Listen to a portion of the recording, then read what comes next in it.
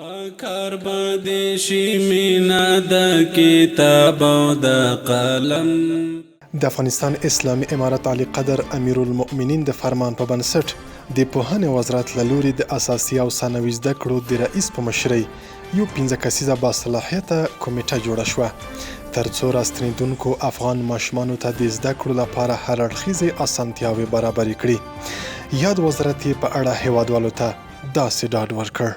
د پوهنې وزارت ټولو راستنیدونکو افغان کډوالو په ځانګړي ډول له پاکستان څخه راستنیدونکو کورنیو ته ډاډ ورکوي چې د راستنیدونکو کورنیو ټولو هغو ماشومانو ته چې په پاکستان کې تر یو ځانګړي ټولګي پورې زده کړې کړې وي د هیواد په ښوونیزو بنسټونو کې د دوی د تعلیمي سویې مطابق ټولګیو کې د زده کړو زمینه او په دې برخه کې هر ډول اسانتیاوې برابروي.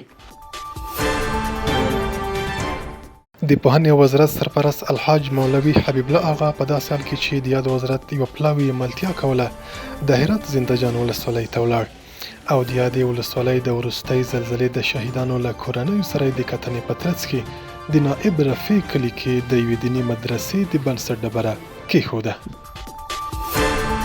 د میدان وردګ ولایت جغتو ولسوالۍ کې د بیدمشک لومړني ښوونځي نوې ودانۍ پرانیستل شوه. د لغمان ولایت الینګار ولسوالۍ په ګندګول کلي کې یوه سیمه ییزه مدرسه د پوهنې د مسؤلینو، دیني علماو او د سیمې د خلکو په ګډون د یو لوړ مراسمو په ترڅ کې پرانیستل شوه. د دایکنډي ولایت اشترلې ولسوالۍ د چنګان کلان عالي لیسې د بنسټ ډبره د یو لوړ مراسمو په ترڅ کې چې پکې د یاد ولایت پوهنې رئیس، علماو، ګڼ شمېر خلکو او د زده کوونکو والدینو ګډون درلود کېښودل شوه. د لوګر ولایت پوهنې ریاست د یاد ولایت په مدارسو، دارالعلومونو، دارالحفاظونو او دارالایتامونو کې د 1515 استادانو د ګمارلو بهیر پیل کړ. د ننګرهار د عالي لیسې 15 تنه زده کوونکي په یاد ولایت کې د کمپیوټر له روزنیز کورس څخه فارغ شول.